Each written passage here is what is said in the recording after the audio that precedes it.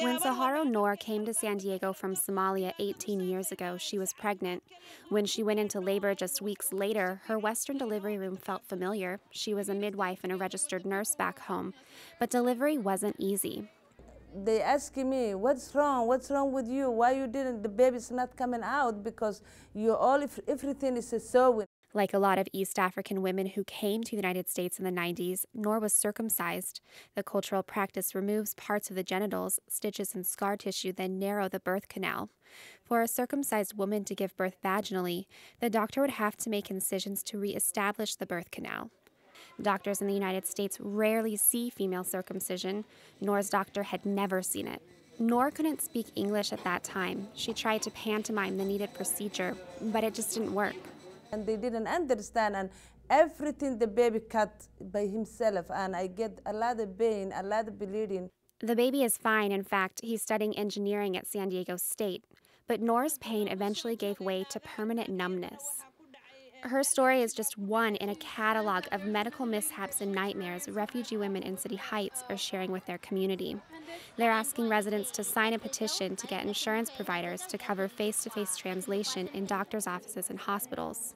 Zuledka Wajo is from Ethiopia. She came to San Diego by way of Oregon. It's a lot of people that are afraid, frustrations and worry too much. What's going to happen? What's he going to say? Because of not understanding. You worry, are he going to be help me or are he going to be damage me? Because you're not really comfortable what he says, what he's going to do. Wajo said refugees often put off going to the doctor because they fear it will make things worse. Some of the women report getting a wrong medication, a misdiagnosis, even a wrong surgery because they can't communicate with their doctor. Wajo said she recently went to the doctor to have a persistent rash looked at. She got it 6 years ago.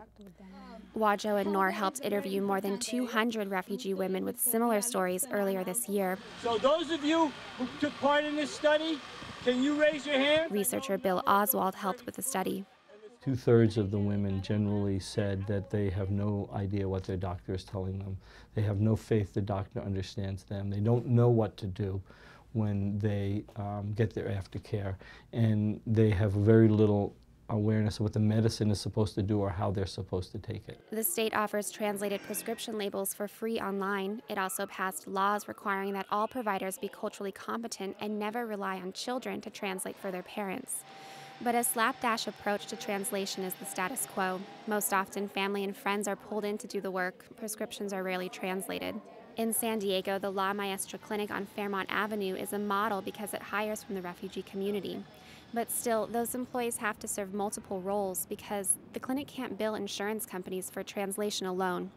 La Maestra also has to refer patients to specialists in hospitals where translation isn't readily available. Most doctors' offices provide translation over the phone, and refugee patients cite one major problem with that: the translators can't see them. This room provides a solution. It's set up with an exam table, a camera, and a big screen TV that can connect with other doctors' offices. Patients and their La Maestra interpreters can meet with a specialist remotely. Zara Marsellan is the founder and CEO of La Maestra. She said telemedicine is the only way she'll permit translation over the phone. She says the phone service specialists and hospitals use doesn't go far enough.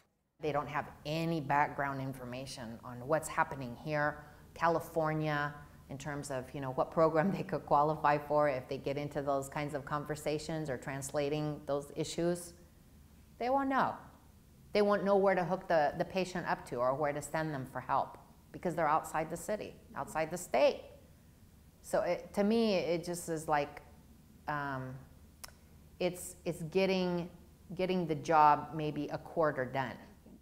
Wajo agrees. We need quality interpreter to include to our insurance face-to-face. That's what we're asking for. We don't want anymore to be barrier our health. The women will send their petition to the board handling California's new health exchange under the Affordable Care Act. The board is tasked with setting regulations for participating insurance companies. In the meantime, Noor says she sees one glimmer of hope. Second-generation refugees are studying medicine, including her own daughter, who recently graduated from UCSD. Megan Burks, KPBS News.